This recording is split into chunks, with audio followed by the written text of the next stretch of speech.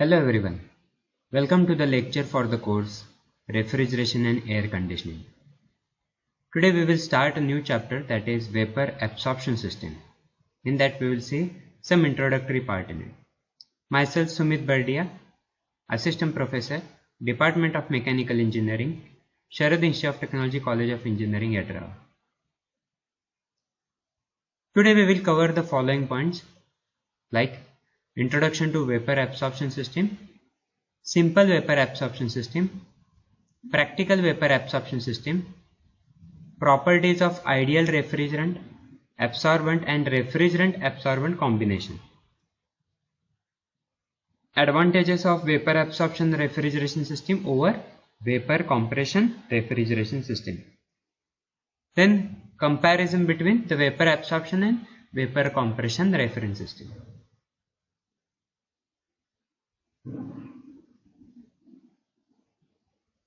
We will start with the introduction to Vapor Absorption System.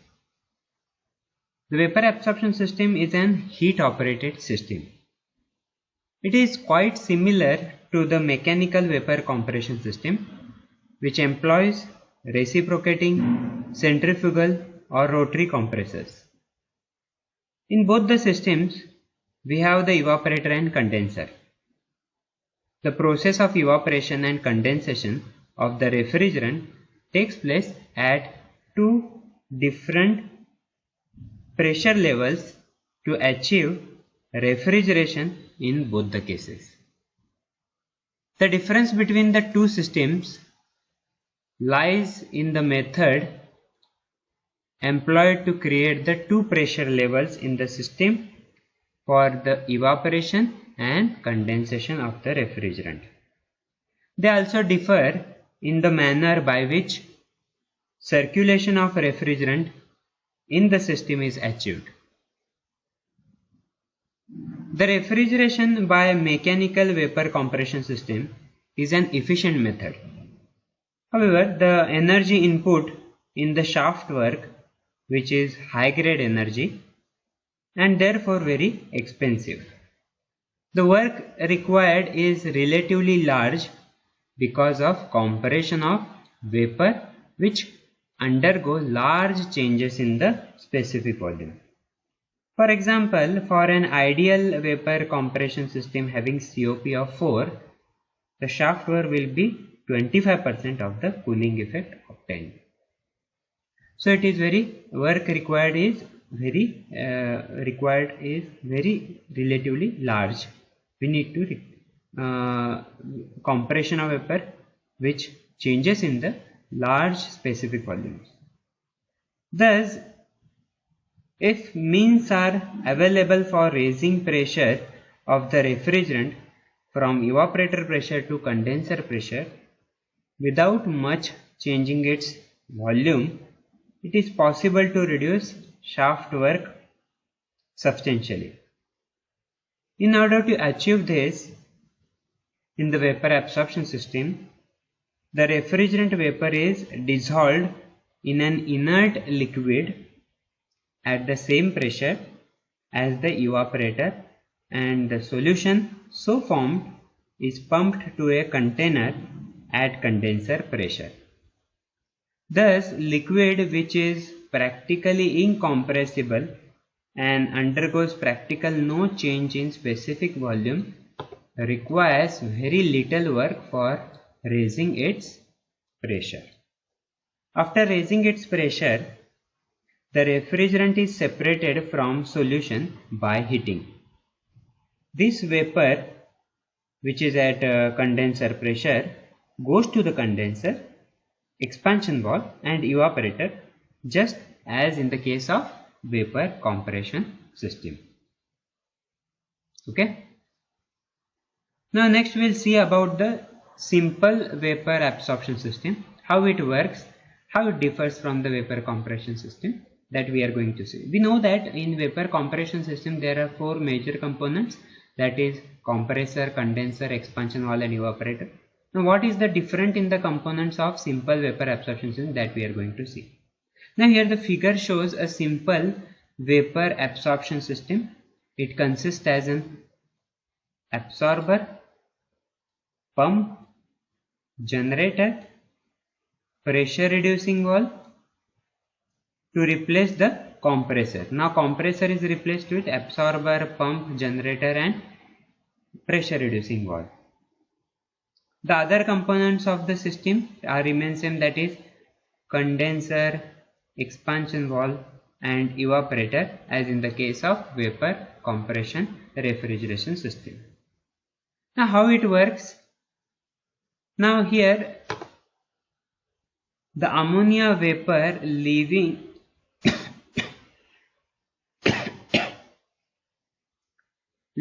the evaporator at point 1 is readily absorbed in the low temperature hot solution in the absorber. Now this is absorber, releasing the latent heat of condensation. The temperature of the solutions tends to rise while the absorber is cooled by the circulating water, absorbing the heat of solution, that is QA, and maintaining a constant temperature.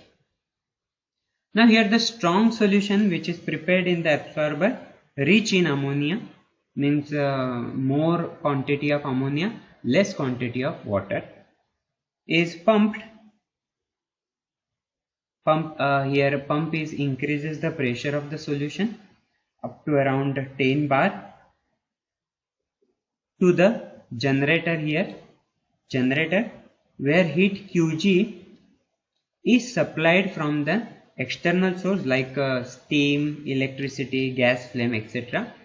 Since the boiling point of ammonia is less than the water, the ammonia vapor is given off from the aqua ammonia solution at high pressure, and the weak solution returns to the absorber through pressure reducing valve. The high pressure ammonia vapor from the generator is condensed in the condenser to a high pressure liquid ammonia. This liquid ammonia is throttled in the expansion valve and then evaporates, absorbing the heat of evaporation from the surrounding UV or vent to be chilled in the evaporator. So this completes the simple vapor absorption cycle. Okay, now this is a simple vapor absorption. How in practical system how it works, that we are going to see in the next point, that is practical vapor absorption system.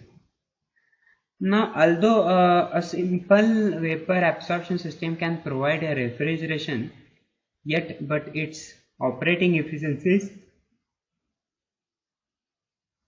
very low and it is not economical. So in order to improve the performance and working of the plant, we are using the following accessories like analyzer here, analyzer, a rectifier and heat exchanger. Okay, heat exchangers. These accessories are used to improve the performance and working of the plant. In driving the ammonia vapor out of the solution in the generator, it is impossible to avoid evaporating some of the water. Now here in generator ammonia is vaporized, but some amount of water is also evaporated. We can't avoid it. So this water vapor going to the condenser along with the ammonia vapor after condensation may get frozen to ice and block the expansion valve.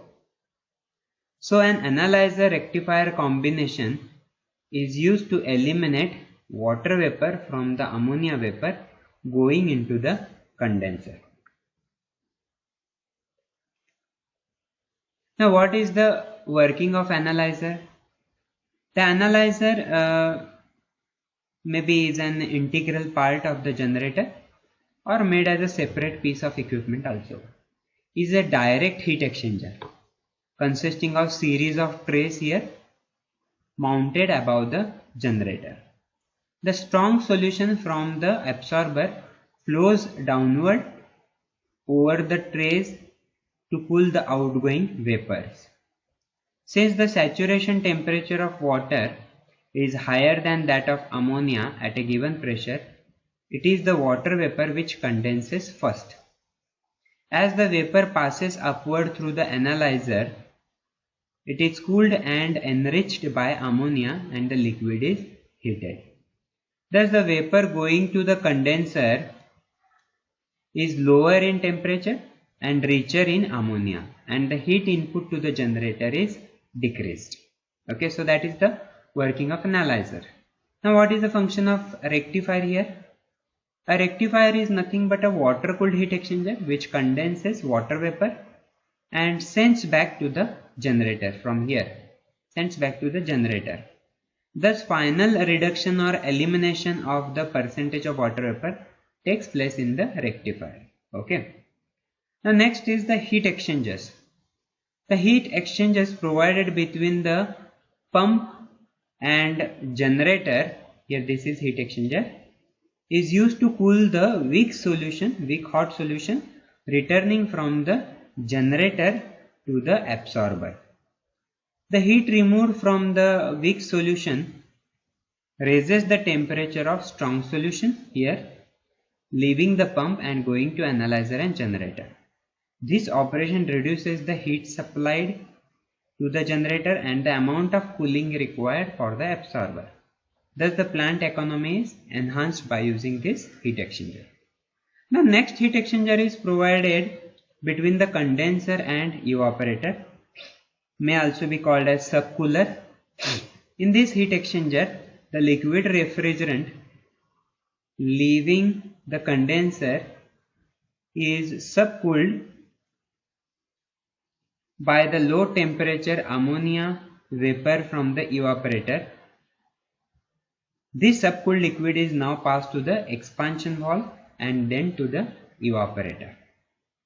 Okay, so we can calculate its COP, that is heat extracted from the evaporator divided by heat supplied in the generator plus work done by the pump.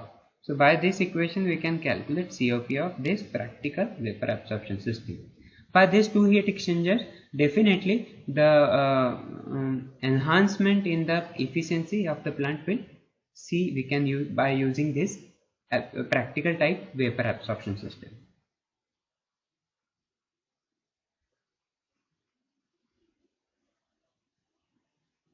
Now properties of ideal refrigerant, properties of absorbent, and properties of both the combination, that is refrigerant absorbent combination. First we will go through the properties of ideal refrigerant. For the efficient working of vapor absorption system, the required properties of ideal refrigerant absorbent and refrigerant absorbent combination that we will see by one slides. First of all, properties of ideal refrigerant.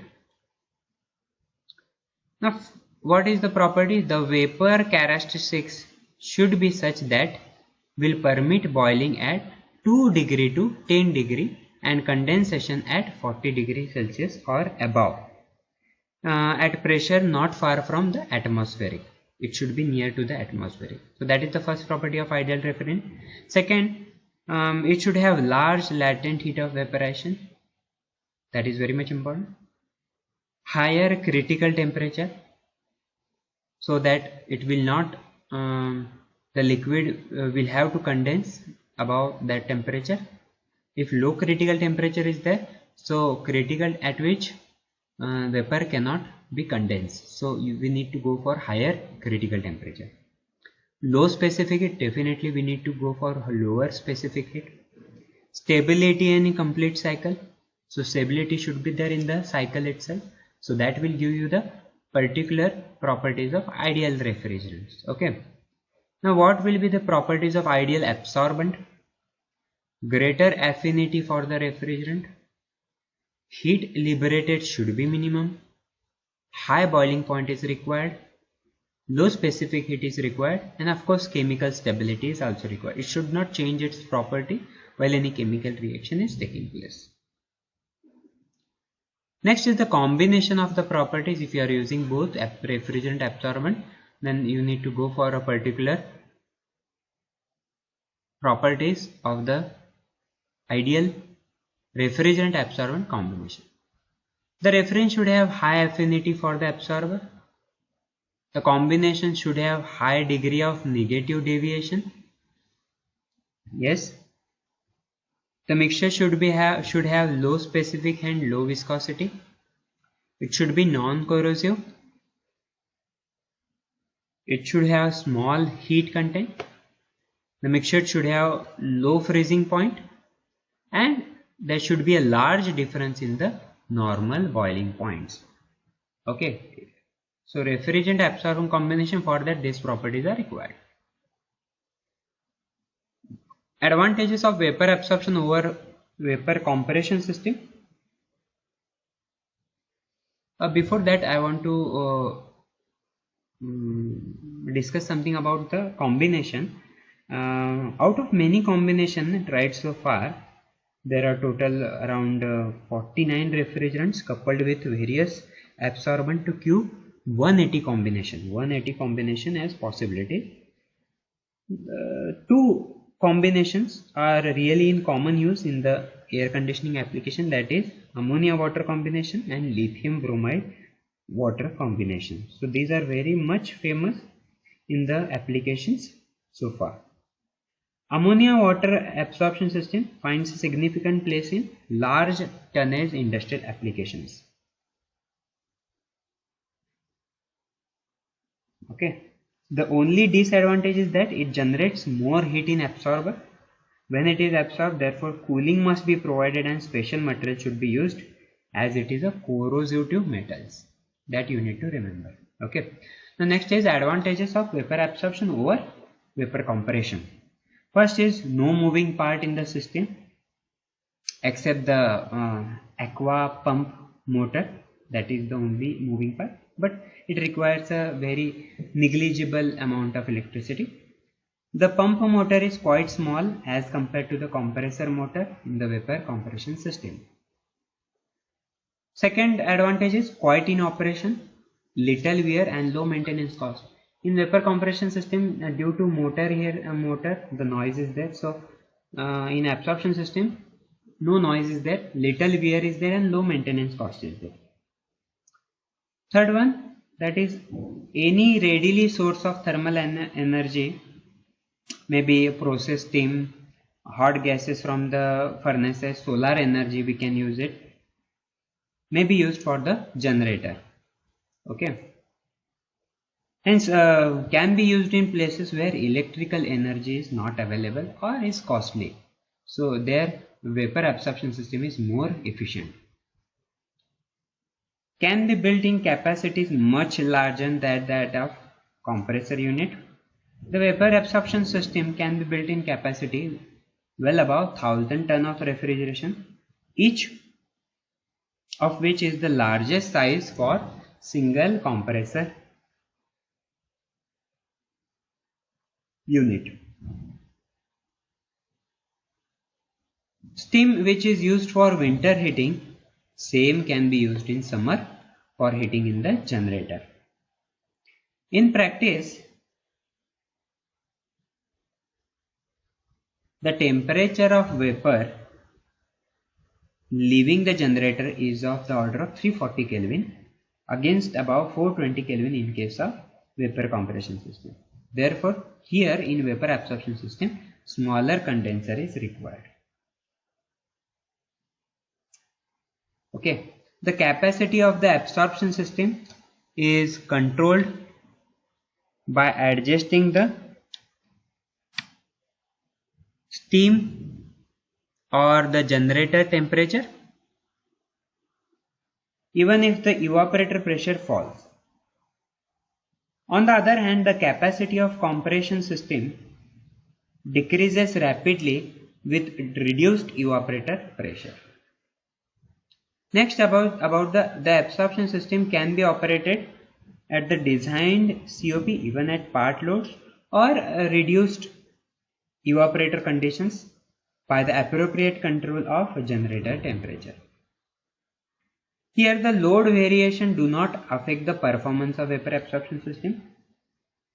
by controlling the quantity of aqua circulated and the quantity of steam supplied to the generator. The performance of vapor compression system is poor at partial loads. So that is the difference of absorption and compression system. The absorption system is much more compact and less bulky than the compression system for the large capacity. The space requirements and the automatic control requirements favor the absorption system more and more as the desired evaporator temperature drops. Okay, so these are the advantages of vapor absorption system over compression system. Now I'll go for the comparison between vapor absorption and vapor compression system. Here the particulars are given, total 13 particulars are there. First one, that is type of energy supplied. In vapor absorption system, a low grade energy is required. In mechanical or vapor compression system, high grade energy is required. Energy supply high, about 150% of refrigerating effect. Here in vapor compression system, low energy supplied is required, that is 50 to 25% of the refrigerating effect. Wear and tear in absorption system is less, in compression system is more. Performance at part loads, system not affected by the load variation in the absorption system, but here the poor performance will be there in the vapor compression system due to load variations. Size of condenser is small in vapor absorption, large in vapor compression. Evaporator pressure, the capacity of steam is controlled by adjusting the steam or generator temperature if even evaporator pressure falls. So we can control the capacity. Here the capacity of system decreases rapidly with reduced evaporator pressure. So that is the disadvantage of vapor compression system. Leakage of refrigerant, no chance, as there is no compressor or reciprocating component, no moving part to cause the leakage. In vapor compression system, as compressor is there, so more chances of leakage of refrigerant will be there. Maintenance much less comparatively as compared to the vapor compression system. Space requirements, here the more bulky for small units, much more compact and less bulky for large capacity comparatively. As components are more in vapor absorption system, the bulkiness is increased. Here in vapor compression system, less bulky but more bulky for the large capacity units. Cost for large tonnage system, less costly, much more costly than the absorption system. Charging of refrigerant is difficult in vapor absorption system. It is simple in vapor compression system. Damage, liquid traces of refrigerant present in piping at a exit of evaporator constitute no danger. Liquid traces in suction line may damage to the compressor itself. And last one, suitability. Now suitability, it is a vapor absorption system can be used at remote places where electricity is not available or simple kerosene lamp is there, we can use the vapor absorption system. Used where high grade energy is available. So that is the disadvantage of vapor compression system. We need to have a high grade energy in order to run the vapor compression system. Okay, so that is about the comparison with points between the vapor absorption and vapor compression system. So we'll stop here. We will continue the same chapter in the next lecture. Thank you.